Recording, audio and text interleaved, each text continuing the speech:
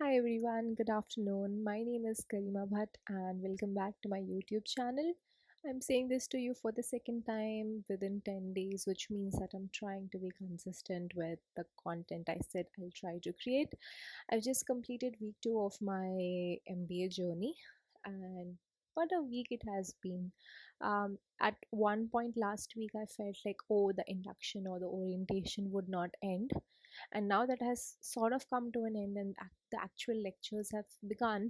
I feel like I could have enjoyed a little bit more of the orientation. It's more of an honeymoon phase than actually deep diving into lectures and really starting the coursework the way it is supposed to be. um there are like so many thoughts here, so many things that have happened over the week, so many little joys that I've got a chance to experience after like a few years. Like going back to academics was always the dream, and now I get to study what I have already done but see it from a different lens, and also encounter new courses that I did not study in my undergrad and see all of it from a new lens altogether. I've met so many new people. I've made some good friends already. The type of friends that you instantly connect with, and you think, oh wow, I'm so glad I found them. Of course, it's too early to say any of that, but at the same time, life is too short, or at least that's what the very fatal aeroplane crash in Ahmedabad taught all of us. It had been a topic of discussion for uh, today. We observed a 2 minute silence before our classes began, just as students, not prompted by a faculty or anything, just students coming together to like hold 2 minutes of silence, and that 2 minutes felt far too long. Okay.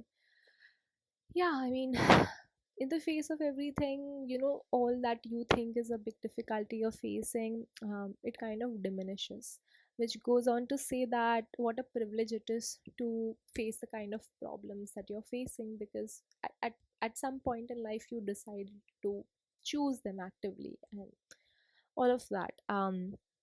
Yeah, I mean, some sweet little things that happened this week is a new friend I met in college ended up leaving and then coming back to college to attend a seminar, and on her way back she brought us these cute little earrings, which now will forever become a memento of the very new friendships that you form.